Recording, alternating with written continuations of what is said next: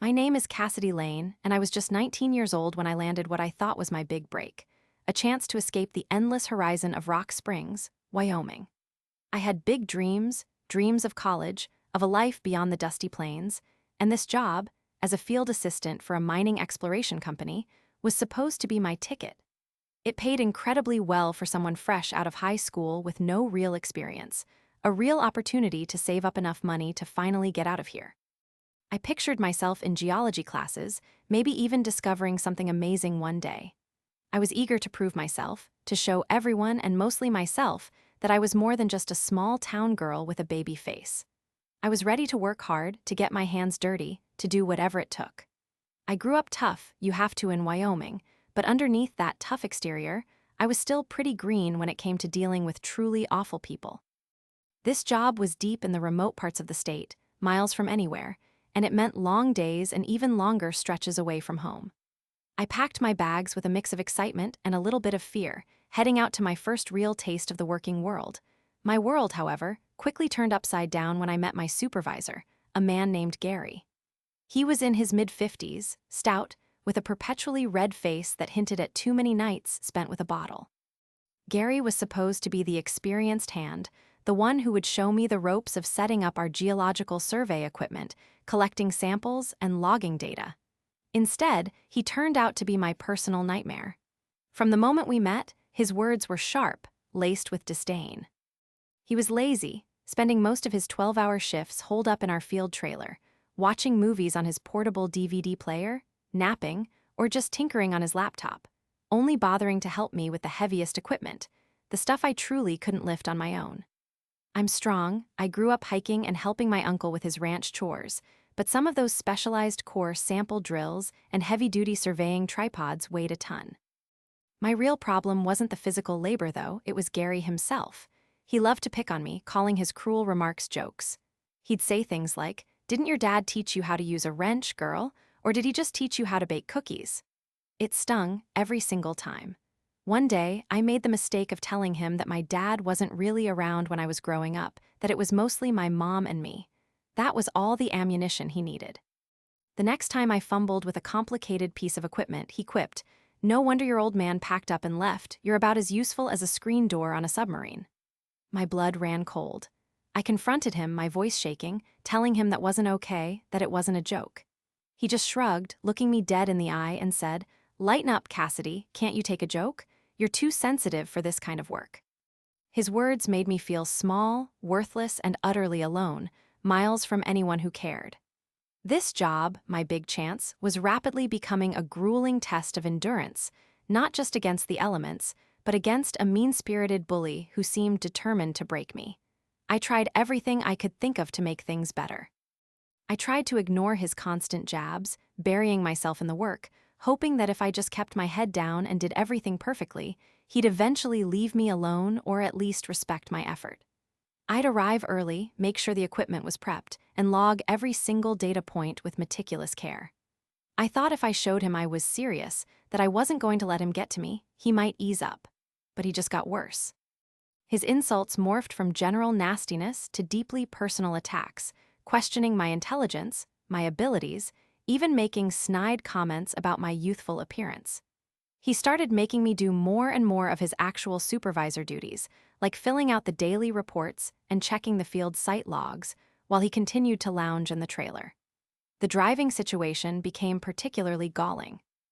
We worked so far out in the wilderness, sometimes 100 or even 200 miles from the nearest town. Gary received a generous per-mile payment for all that travel, but he was almost always hung over in the mornings, too drowsy or just too lazy to drive his own company truck. So, it became my unofficial job to drive us to and from the site every day.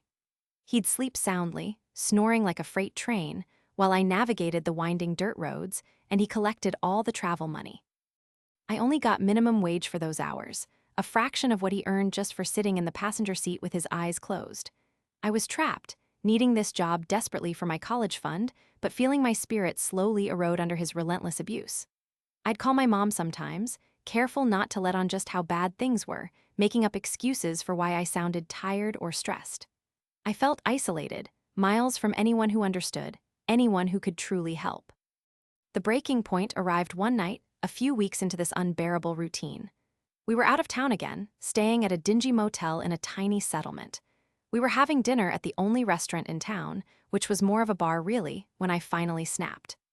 Gary was already on his second beer, his face even redder than usual, and he was spewing his usual venom, making fun of my meticulous notes and telling me I was too slow. I looked at him, truly looked at him, slumped over his greasy burger, and all the frustration and humiliation just boiled over. My voice was quieter than I intended, but firm. I said, "Gary, it's pretty unfair that I drive us everywhere while you get paid all that travel money. Maybe you should kick a few bucks my way for the effort." It was a simple, reasonable request, but it hit him like a lightning bolt. His eyes widened, then narrowed into angry slits. The last shred of my self-preservation instinct must have crumbled because he completely came unglued. He slammed his fist on the table, making the cheap silverware jump. "You ungrateful little brat," he roared, his voice thick with alcohol and fury. "I'm the boss here. I could fire you right now. You think you deserve my money? You're lucky to even have this job, you useless piece of work. You're nothing." His words, hot and venomous, washed over me. I felt the familiar sting in my eyes, but this time the tears weren't just sad, they were angry. He kept yelling, threatening to call the company owner, telling me he'd make sure I never worked in this state again. In that moment, sitting across from his snarling face, my heart pounding, I felt a deep, crushing certainty that all was lost. My job, my dreams, my self-respect, they were all on the brink of being destroyed by this vile man. The tears finally escaped, running hot trails down my cheeks, and the humiliation was absolute. I couldn't take it anymore. I had to get away from him, away from this job, away from this life. Something in me snapped, a quiet click that signaled the end of my patience and the beginning of a cold, hard resolve. The next morning, the air was crisp and cold, but my insides felt like a churning storm. Gary, predictably, was in his usual travel coma, slumped against the passenger window, emitting guttural snores. I was driving his big, dusty work truck, the silence in the cab broken only by his obnoxious breathing and the hum of the tires on the asphalt. My mind was racing, a plan forming, an impulsive, desperate idea that felt like the only way out. About 20 miles from our remote site, I spotted it. A massive semi-truck, a beautiful, gleaming Peterbilt, pulled over on a highway shoulder, its engine quietly idling.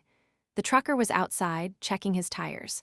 A spark ignited in my mind. This was it. This was my chance. I slowed down, pulled over a little past the semi, and quickly but gently nudged Gary's truck, just enough to make a slight rumble without waking him. He stayed stubbornly asleep. I got out, walked over to the friendly-looking trucker, and asked him for a huge favor, explaining my situation in hurried whispers. He was a big guy with a kind smile, and after a moment of surprised blinking, he grinned and agreed to my terms. He climbed back into his semi, ready to await my signal. I returned to Gary's truck, my hands trembling slightly, but my heart strangely calm. Gary was still blissfully unaware, lost in a whiskey-induced slumber. I maneuvered his truck with precision, pulling it forward until we were almost bumper to bumper with the huge Peterbilt, our front windshield just inches from its imposing grille. My heart hammered against my ribs, but a strange sense of exhilaration was starting to bubble up inside me. I took a deep breath, clenched my jaw, and pressed the high beam button on Gary's dashboard, flashing our headlights once, twice, 3 times. It was the signal. Like the horn of Helm Hammerhand sounding in the deep, the trucker responded. He hit his air horn with incredible enthusiasm, a deafening blast that tore through the morning air, a sound so loud it seemed to shake the very ground beneath us. I did my part, laying on Gary's truck horn, adding to the glorious cacophony, and then I screamed. I screamed bloody murder at the top of my lungs, yelling, oh my God, we're gonna die, we're gonna die." The dual horns roared, a battalion of sound, singing a chorus of fear, lasting what felt like an eternity but was probably less than a minute. The effect on Gary was immediate and spectacular. He rocketed upwards with such force that his head actually slammed into the ceiling of the truck cab. You could hear the muffled thud. He was thick as cement, thank goodness, or that might have genuinely hurt him. But the real show started when the sheer terror and shock caused him to rapidly expel what felt like every single thing he had ever eaten into his pants. The wonderful sound of his anguished howls quickly transitioned into a sputtering, gurgling rage. He was choking on his own fear and fury, trying to make death threats, but only managing a string of incoherent sounds. I reversed the truck, peeling off the shoulder before he could fully process what had happened and decide to get out. I gave the trucker a quick wave and a thumbs up, trying to stifle the hysterical laughter that was starting to bubble up. I got about 30 feet down the road when Gary, finally finding his voice, shrieked, "Cassidy, I have dangerously high blood pressure. You could have killed me with a stroke." In that moment, at 19 years old, I honestly had no idea what a stroke was. I just thought he was extra hungover or being lazier than usual. I started laughing, a wild, ugly laugh that felt so good it hurt. I looked at him, his face a terrifying shade of purple, and through my gasps of laughter, I managed to say, "Then you should probably calm down, Gary. Can't you take a joke?" He kept making incomplete threats, his voice rising and falling between apoplectic rage and panic sputtering, and I just couldn't stop laughing. It only made him angrier, which made me laugh even harder. He was fighting the urge to kill me and the very real desire not to stroke out simultaneously. The struggle was truly, wonderfully real. The drive to the site took about 20 more minutes, and that ridiculous, horrifying dance continued the entire way. At one point, I even asked him, completely deadpan, "Is that your normal shade of red, Gary? Are you just feeling festive?" When we finally pulled into the company's temporary field office, Gary practically jumped out of the truck, his face contorted with rage, his soiled pants a forgotten horror. He pointed a trembling finger at me and shrieked, "You're fired! Get out, I'm calling the owner." I just shrugged, a strange calm washing over me. I had achieved my goal. I was free. I knew I had pushed things to the absolute limit, but I also knew I couldn't have spent another minute with that man. I spent the next 4 hours sitting by the truck, smoking a few cigarettes, intermittently chuckling to myself, savoring my Pyrrhic victory. It was a medium-sized company, maybe 100 employees, and the owner was also the general manager. When he finally arrived, looking a bit confused, he told me that Gary had spun an incredible tale, accusing me of attempted murder and painting me as some kind of satanic fiend. On the drive back to Rock Springs, I told him everything.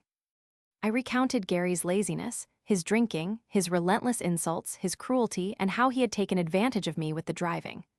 I explained that my little joke was a direct, albeit extreme, response to his own constant abuse. The owner listened, a small smile playing on his lips, and by the time I was finished, he was laughing. A good, hearty laugh. He was a decent guy, much to my surprise, and he actually understood. He told me he'd heard whispers about Gary's temper and his drinking before, but this was the first time he had a concrete reason to truly address it. He didn't fire me, not really. He just moved me to a different crew, where I could be the lone sociopath, as he put it with a wink. I ended up working for him for another 6 months, saving every penny for college. Being moved to a new crew was like stepping into a different world. My new supervisor was quiet and kind, a true professional who actually taught me valuable skills. I found out later that Gary got a stern warning, lost his travel pay perks, and was put on probation. He still worked for the company, but he was assigned to the most remote, undesirable sites, often alone. The word of my theatrics spread like wildfire among the other field hands, and I gained a certain reputation. No one messed with Cassidy Lane after that. I learned a powerful lesson that day, not just about standing up for myself, but about the unexpected strength you can find when you're pushed to your absolute limit. I finally saved enough money and left Rock Springs, heading off to college with a newfound confidence and a mischievous glint in my eye. Sometimes, when I'm driving alone and feeling stressed, I still catch myself laughing, remembering the sight of Gary's terror-stricken face. And I know, deep down, that while I may have left Rock Springs behind, the girl who screamed bloody murder into the Wyoming sky is still a part of me, ready to stand her ground.